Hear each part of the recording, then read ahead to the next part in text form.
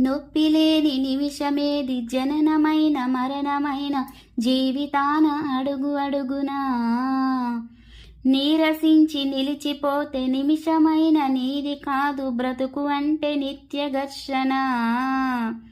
దేహముంది ప్రాణముంది నెత్తురుంది సత్తు ఉంది ఇంతకన్నా సైన్యముండునా. ఆశ నీకు అస్త్రమౌను శ్వాస నీకు శస్త్రమౌను ఆశయము సారదవునురా. నిరంతరం ప్రయత్నమున్నదా నిరాశకే నిరాశ పుట్టదా.